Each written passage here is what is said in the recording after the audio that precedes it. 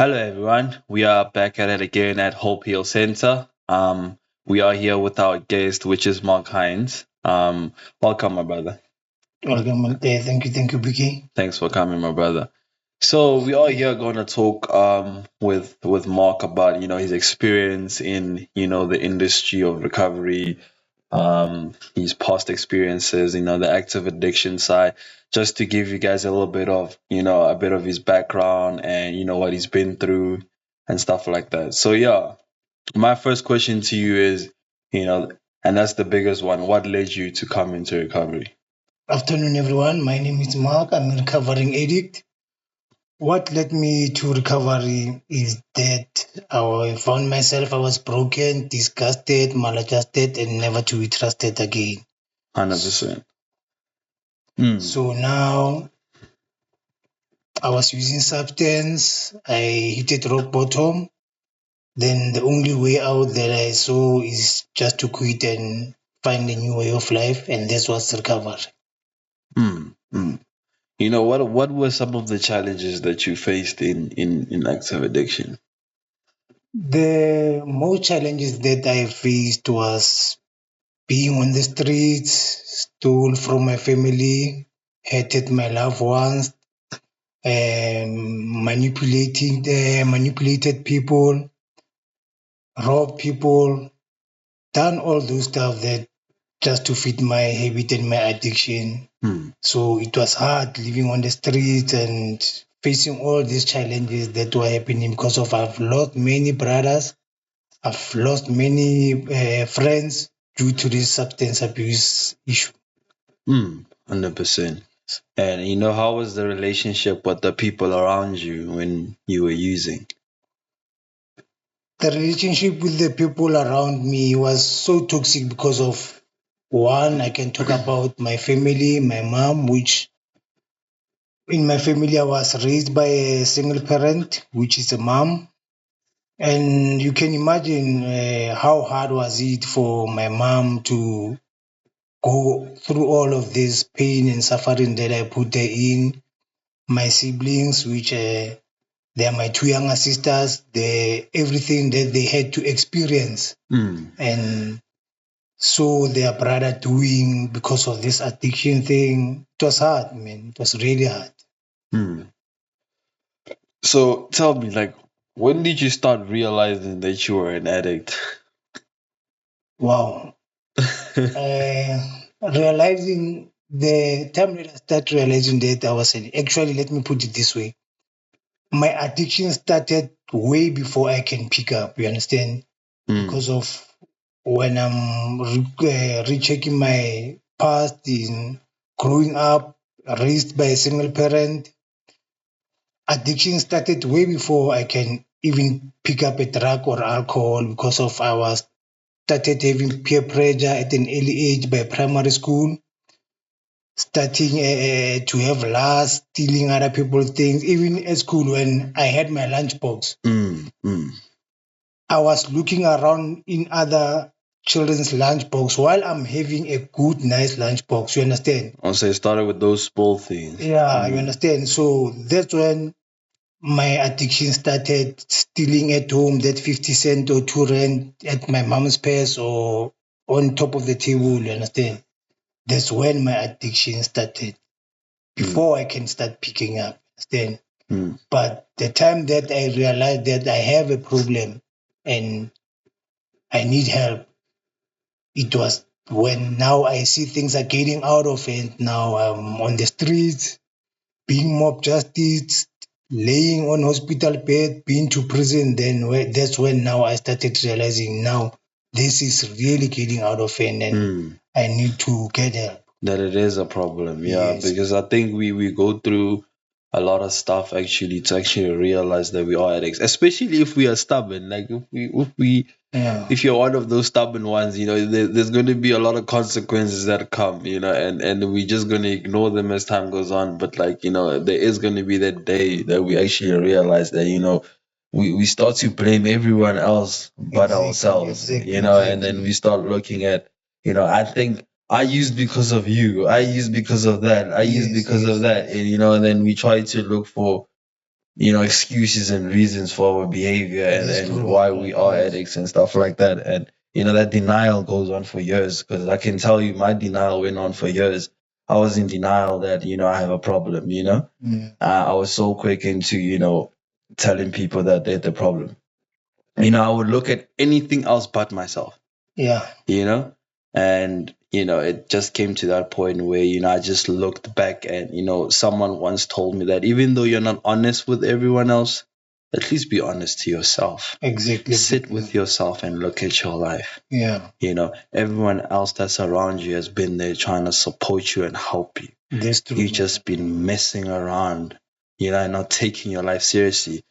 And that's basically what happened. I started becoming honest with myself, and I started looking at it and be like, yeah, I think I have a problem. And I started looking at everything else that I did, and I started looking at what normal people do. Yes. There's people that can do certain things and still keep jobs, still, have the relationship with family, and, not isolate themselves, but I couldn't. I do things to the extreme. Yes. I couldn't drink one bottle. I couldn't smoke one. I couldn't do anything like normal people do. I had to go to the extreme. And that's where I started realizing that, okay, I have a problem. And as much as I had this attitude, and I would say to people that I don't actually like people. And then with the attitude that I came in with, there was someone that said they don't like you too. Look at yourself. And I was really messed up, and I didn't look at life in a different perspective, and that's why I can say I can really relate to that. So tell me something, like, let's just talk about relapse in a whole, right? Because also I want to let them know that relapse is not always failure. If there is someone out there that thinks when you relapse, you messed up. Yes, you did mess up, but also, like, there's still a chance if you're still breathing. you know so that is my thing. I want us to talk about relapse also, like how has your past relapses been, and what made you keep coming back. Yeah. Talking about my relapse and all the relapses that I've been through. You know what I'm gonna say is recovery is not an easy journey and an overnight thing. You understand? Because if I can recall and recheck, is that I've been to many facilities. You understand, my brother? I've went to biblical religious centers. You understand? NA centers. You understand, my brother? But now, when we talk about relapse is so fatal, my brother, to an extent that relapse is not part of recovery. Relapse is a kind of reservation or underlying issues that we as recovering addicts, we have never dealt with them, you understand? And sometimes relapse can be so fatal that you can make it back to recovery, or you may not make it back, or you can make it back under the whiplash that maybe you lost your hand or your leg because of the relapse, you understand? Because even the program tells us that your drinking and drugging will never be the same again. So you know what you are supposed to do, but now you tend to have an ear that knows, but you don't apply. You understand? So you can find yourself in trouble, or things will never go your way because now you know the truth, what you're supposed to do, but you're not doing it. You understand, my brother?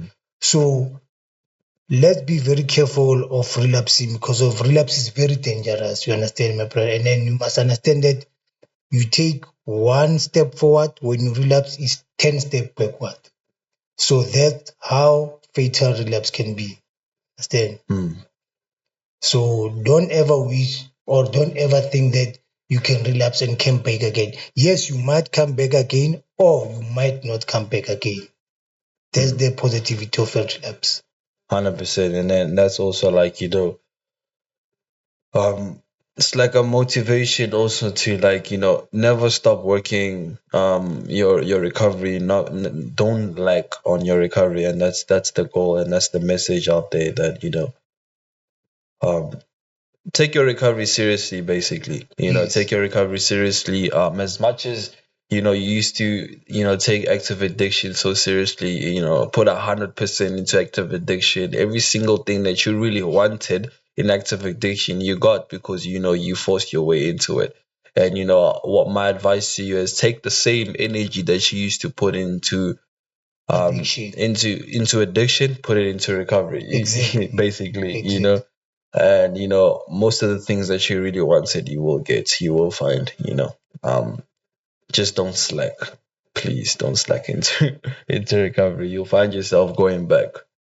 And there's a thing, they used to tell me, especially when I was almost like a year clean, and they used to tell me, because I used to slack a little bit in my recovery, because I got a little bit too comfortable. At the end of Yes. the day, I'm human. Yeah. I understand. I'm not perfect, but I have people around me. I'm fortunate enough to have people around me that show me that, okay, BK, I feel like you're slacking a little bit on your recovery. Yes. You're not doing the things Mhm. that you used to do. You only choosing what to do and what not to do.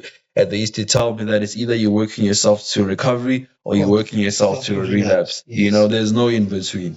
Yeah. you know and that's that was an eye opener for me. And I was like, okay, I know what a relapse is, because I've been there, done that. And every relapse was worse than the past one. Yeah. Every relapse was worse for me. Yes. And that's because I was a bit stubborn. I didn't listen. And yeah, it's true, and you might not make it back. There's some of them are fortunate enough not to go through the struggles that we went through.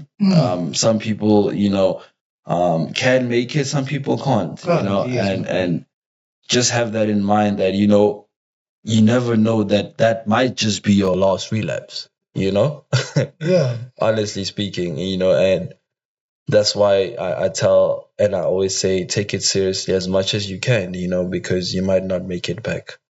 Um, but if you're still breathing even after a relapse, you still have a chance. You still have a chance to rewrite your story. Utilize that time while it's still there, because others were not fortunate enough to make it. Um, and yeah, my other question is, like, what challenges are you facing recently into recovery right now? Yeah. What I can say about challenges that I'm facing recently, based on my recovery, is being around the same environment that I used to be, the time that I was using Mm. at home, on the streets, on my location. Somewhere, somehow, some other people, they tend to look at me like that addict. You understand? There is he is back again. You understand? Let's see what is he gonna do. You understand? They are always watching at me. Then the second one I can say it's people, places, and things. You understand, my brother? Those three P's. Sometimes I meet with them, those old friends that I used to use with them, trying to trigger me. You understand? Maybe conversations or whatever it may be. So to avoid all those three pieces, I have to always put my higher power, which is God. You understand? Always have to put God first, beyond all that I'm going through, all that I'm doing. And even at home, sometimes I find that it can be challenging, or my mom can sometimes shout, or being nasty, or my younger sisters, you understand, showing me that, because you understand that as I'm recovering, it's not that like I've won a son of the year. They must now open a red carpet for me. Everything must be honky dory. You understand? Everything must be there. You understand? Because of I've done a lot of damage. You understand, in the past. So you must understand that each and every day I have to take it simple, easy does it, one day at a time. You understand? Sometimes I get mixed emotions, because now you understand, living a sober life, my emotions now I can taste, I can start to feel, I can start to feel that pain that I've called to other humans, you understand, because of when I was inactive, every time that I feel angry, I was trying to suppress that anger with substance. When I feel happy still, I was getting overwhelmed and go to use. So every emotion and that feeling that I got that time I was inactive, I was suppressing it with substance. So now I'm recovering, I'm sober. I have now to face the consequences of every feeling and emotion that I'm going through. That's the challenge that I face sometimes. Like I feel like, yo, I can't face this thing sober minded because of, there are a lot of things that I've done while under influence. So now when I'm in recovery, everything now that I do, every pain that I face, I have to face it sober. So I have to put God first above all. So because I am powerless over my addiction. So I have to let God take control of everything that I'm going through. Like, which is true, because like I understand when you said, especially at the beginning, when you said, when you're coming back to your environment, that you used to use it. Obviously, it's home. Like, there's nowhere else you can go unless you have a different choice. But yeah, being there and being around those certain people that knew you before, they don't really care if you changed or not. Because they knew you for so many years, and it's a bit hard, it's a bit triggering, it's a bit challenging, because also, like, there'll be certain comments like, ah, he's on a break, Yeah. he'll come back. He's gonna smoke again. And then you get the ones that you used to smoke with, and some of them might be happy for you, some of them, they act a little bit, spiteful on the Yes. side, and just a bit negative, and be like, he thinks he's better, and all that kind of stuff. So those are like, yeah, there are some of the challenges there, because I can relate to that, because I only came back to where I stayed, like back home, like after like a year. So they haven't seen me in a year, and it was a bit hectic, because they saw me the way I was, but I was a little bit different from what I was in active addiction, right? And they used to say the same thing I said. No more breaking, yeah, Yeah. nah, they just talk like that, But I never let that um shift my focus. I was always focused on what I was focused on, and I had to accept that so many years of 1 year doesn't change anything right now. They knew me for over 10 years a certain way. It's gonna take a little bit of a bit of time for them to adjust to the new me, and It's an ongoing thing, yes. and it just kept on going on. And, they're like, damn, man. And then the second year passed, and I'm still the same. And then the third year passed, and then just going on. And, they see me. I'm still clean. I'm still sober. I'm living a life. That's I'm true, that's not true. troubling anyone. I'm not doing any nonsense. And yeah, I can relate to those certain challenges. And I'm gonna tell you a little bit of a story. There was time I was over a year clean. And like when something starts getting like when something is missing.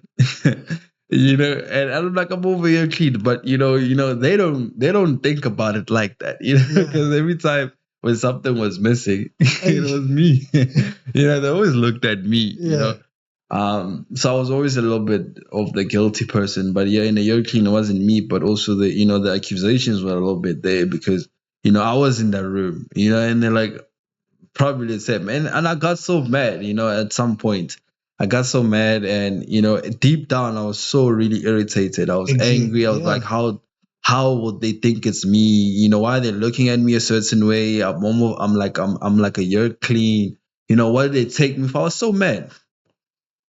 And then I sat down with a friend of mine. He was also in recovery, and he told me, like, dude, the same thing I said. Your 10 years of bullshit, you can't expect them to just heal from you just being a year clean. That's true. And that's how it changed my perspective, that as much as I've went through the process of rehab and facilities and all that, got the counseling, changed my perspective, I put in the work, I got that opportunity. I was fortunate enough to get into a facility and do the certain things that they asked me to do. But I also had to realize that they also did that. You know, they didn't go through the counseling. They didn't go through the healing process. They didn't accept things for what they are yet. You know, I'm the one that went there. They were trying all their best for me to go there and get help. So I can't expect them to be all glory just because, you know, I'm a year clean, and, you know, they can't erase 10 years of memories just in 1 year, especially without, you know, the experience. So yeah, that's just one of those things I felt like sharing, you know. Yeah, tell me, so like what's the best piece of advice that, you know, you've ever gotten into recovery? You know, the one piece that I've got in recovery is I must be honest to myself, bro. Because of many times that I've been into recovery, then I relapse. I wasn't honest with myself. You understand? I had some underlying issues that I left behind, or some reservations that I've left behind. You understand? And I knew the program, but I didn't apply the program. You understand? So I wasn't really honest with myself, with God of my understanding, and the program also. You understand? So honestly is the bigger, it's a advice that I can say. Let's just be honest to ourselves, to our higher power, and to the program, and the rest shall follow. Yeah, that's all. 100% honest with self. That is very important. Also coming, because you know, those are one of the first steps that, you know, that you get into recovery. You have to be honest with yourself. Yeah. You know, honest with yourself, and then, you know, if you're honest with yourself, you can be honest with others. Because, like, you know, I can say this from active addiction. You know, honesty wasn't one of those things. Dishonesty was one of the biggest things. You know, it got you out of trouble. It got you what you wanted. You know, and, you know, it became something like your identity. It became a part of you, being so dishonest that, you know, even honesty might be hard in recovery, but, you know, dishonesty was one of those biggest things that addicts, you know, used to use a lot, because, you know, it's in their defense, you know, they win with dishonesty. Yeah. You know, the hectic part is, like, have you ever found yourself lying so much that you believe your own lies? Imagine. I can imagine. Like, you're actually convinced, you know, like, you're convinced on your own lies, and you start believing your own lies, and, you know, you create this whole illusion in your brain, you know. So that's the funny part. But yeah, and then the honesty coming into recovery becomes a little bit hard, you know, but it becomes one of the biggest, you know, decisions that you can ever make coming into recovery, because now you allow yourself, you know, for the next step. The next step is, you know, being open-minded to, you know, you honest, you know, with yourself, and then you become honest with others, and then automatically, you know, you get to listen to the feedback from the ones that have done this before. You become open-minded, and that's the second step. You become open-minded, and that's when you start listening to suggestions, and then you just follow it. And then after that, after listening, it's like willingness. Then you become willing, and then now when you become willing, you just do whatever they tell you to do. The story goes on. You know, and then etc. Then life goes on, and then you just do what's expected of you. You know, and then, you know, once you get to that stage, and that's when you get to share the message and, you know, give suggestions, because you've done it before. You know what works. You know, and yeah, you are a testament of that, because you've been around for some time, actually, you know. So you know the ups and the downs. You know the ups of recovery. You know the downs of active addiction. You know all that kind of stuff. 100%.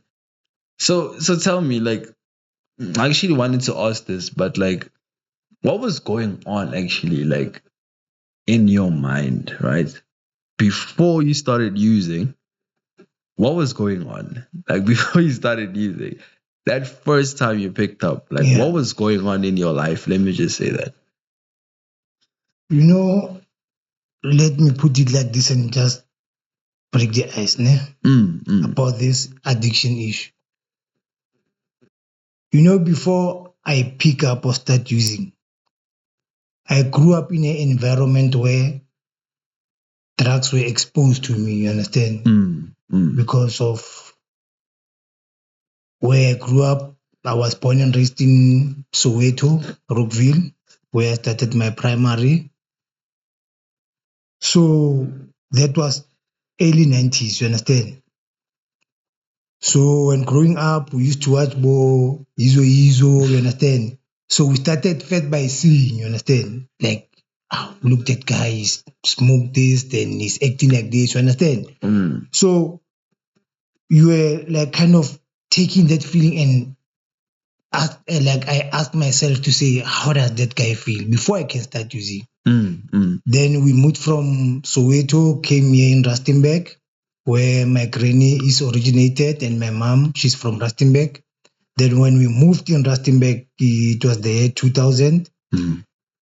So when we moved here in Rustenburg, I can say maybe 1998, 1999. It started like a small because of like I was already sniffing solution of patching the bicycle, you understand?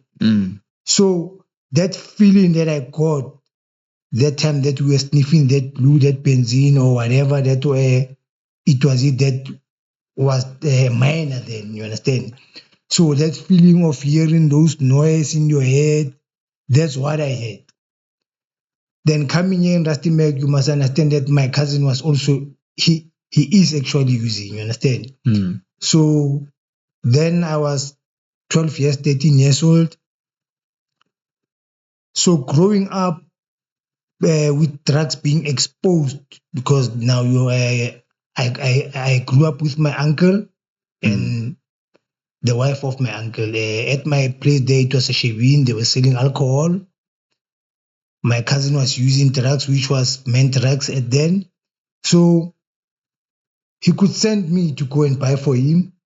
Then when I come with them, he would use in front of me. You understand? So I was really introduced to drugs at an early age, around 12 years, 13 years. So when I started picking up, I've already have that sense of seeing and wanting that feeling that I saw my cousin having, you understand? So I picked up at an early age, but my 14 years, 15 years, I was already picking Mentrax, Taha, you understand? So what I was thinking then, it was like I wanted to fit in, like I just saw that thing.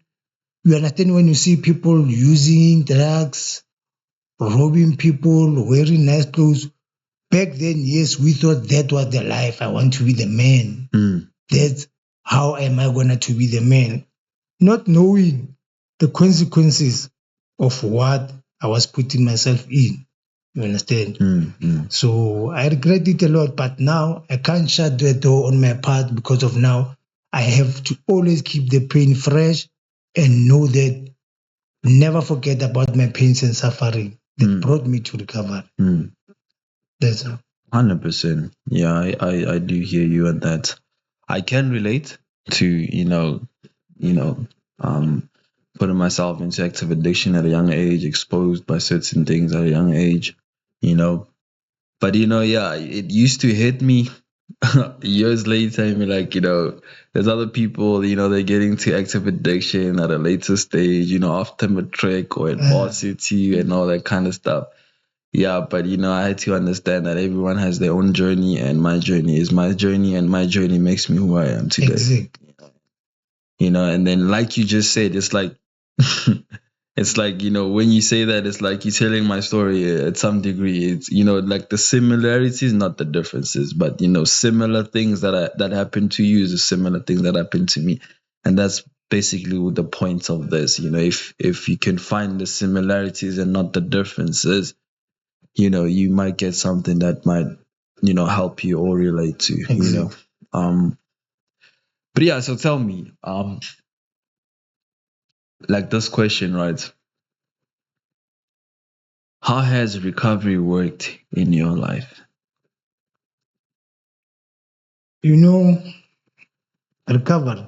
Mm, I love recovery so much. And recovery It's my life. Recovery.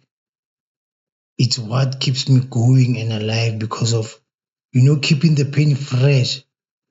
Always, never forgetting about the pains and suffering, my man. It really keeps me going, my man. You understand? When I see another addict walking there, I can identify and say, that's me. You understand? And this recovery, my man, is it's a new way of life. Like it's like I'm being. You have to understand. Most of us recovering addict. You can imagine from where when I start using at the age of 14 years, 15 years, 16 years. That's when my childhood and my real growing stopped. You understand? So for more than I've used for more than 20 years.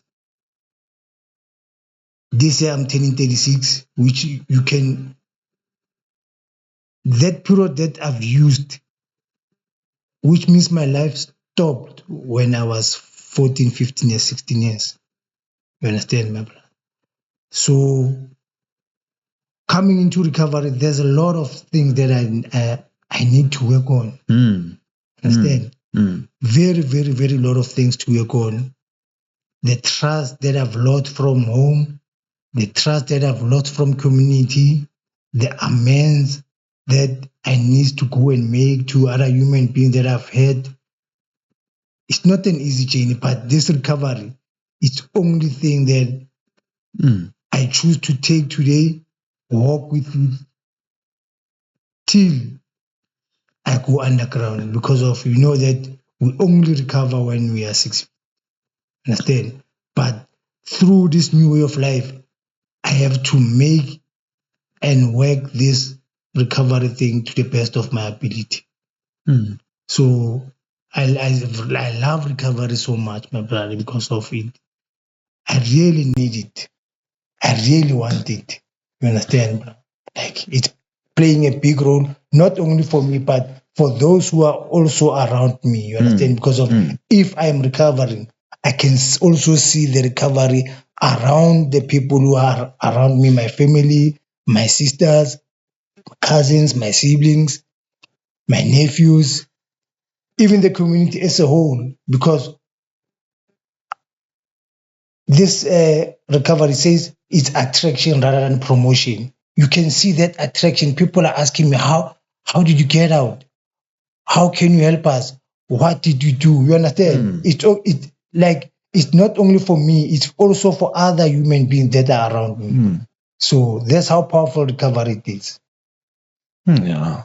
100%. Recovery, gives us, what we didn't think that we would have. Exactly. Everything that was broken back in active addiction, the longer you stay into recovery, you just see it slowly but surely, coming into place, Um, because I can relate to that because I remember, like before I came into recovery, my relationships were broken down, Exactly. relationships with family, friends, everything was just so shattered down.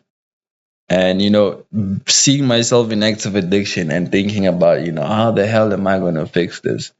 I had no idea how, and I had no idea that it could be fixed. Exactly. Um, then I got into recovery and then I started doing certain things that, following suggestions, just doing the normal stuff. Some of the stuff was very uncomfortable. I can tell you that. Some of the things are really hard into recovery. I'm sure you can relate to that. There's a lot of hard things in, coming into recovery. But, for me, I think if I look at, with these few years that I've been clean, like, active addiction wasn't as hard as recovery is, you know but even though like recovery is hard and badass, because you're facing everything, sober, and you can't run away from anything. You have to can't face take, the reality. yeah, you can't take anything to numb the pain. It's like you looking at things for what they are, and that's the hardest thing that anyone can do. Exactly. And for me, like in that moment, like I thought about it that even though recovery is so hard than active addiction was, it also brings me a lot of blessings that even active addiction can't or will never bring me. Bring it. You know, um, when I look at, the relationships with my family, my friends, community people, around me, there is the respect, Yes. they see me for who I am. And, I don't even hide. I don't even hide it, because they know who I am. And if you don't know who I am, I'm a recovering addict, Mm. I can say it with pride, Yeah. because, that's who I am. There's no way that I can hide it from anyone, That's you. It's just that, I'm a bit different right now, and it's part of my journey, and like you said, recovery is a blessing in my life, Exactly. and it's a blessing in your life, because if I can see you right now, you breathing, and I've known you from years ago, and me seeing you, and I'm like, yes, it's recovery Hey, works. bro. We've tried together, we've done them together. Like, and I'm seeing you right now, and I'm like, okay, yeah, recovery does work, even though I've seen it work in so many people's lives, but it's like every single time I see someone, especially the ones that I do know, and then I still see them in recovery, or, I knew how 7 years ago was, and then right now things are a bit different. And to me, it's like, wow, recovery is hectic. Exactly. Recovery is, and then I keep going on. I keep doing it because I know this stuff works. It really works. It really works. So yeah, that's just what I wanted to share there. Yeah, so tell me something, right? What makes you hopeful today? What gives you hope in today's life, in recovery right now, in your journey? What gives me hope? Yeah. Yeah. What gives me hope is to see myself waking up early in the morning, taking a deep breath, sober minded, slept without using, alive, everything in working in control, my family being happy, everyone around me being happy. Hmm. Like it gives me hope.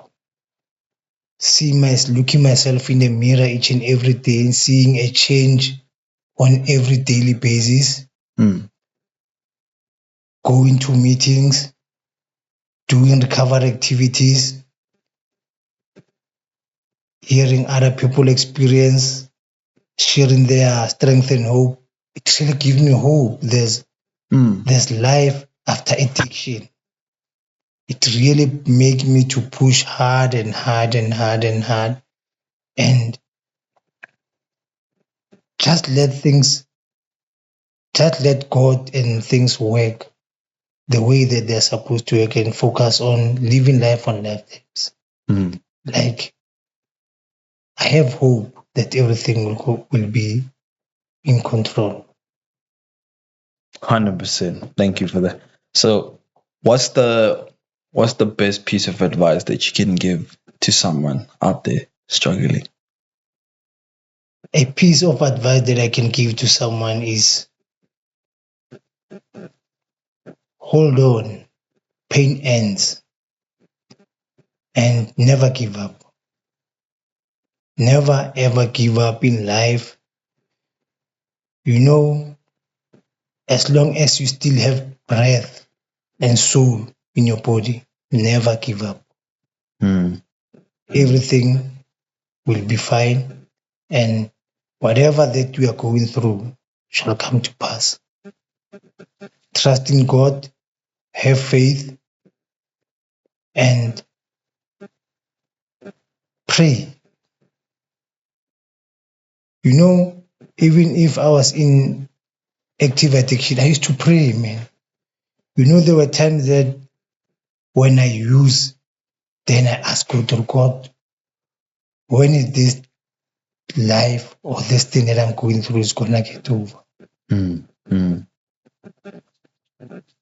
That's how hard that I hit the rock bottom. I never used for no longer for fun. Like the time that I start to pick up and use, I was asking God, when is this thing gonna pass?